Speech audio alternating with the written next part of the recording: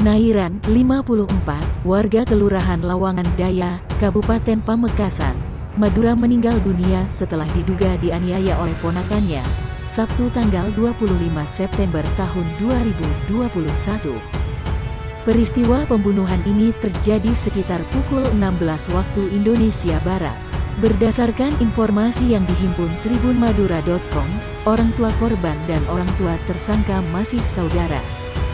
Dugaan sementara terjadinya pembunuhan ini akibat dendam lama. Penyebabnya, dahulu korban dan ponakannya sempat cekcok masalah jalan.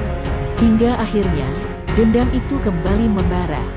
Kasat Reskrim Polres Pamekasan, AKP Tommy Prambana menjelaskan, korban yang meninggal dunia ini berjenis kelamin laki-laki.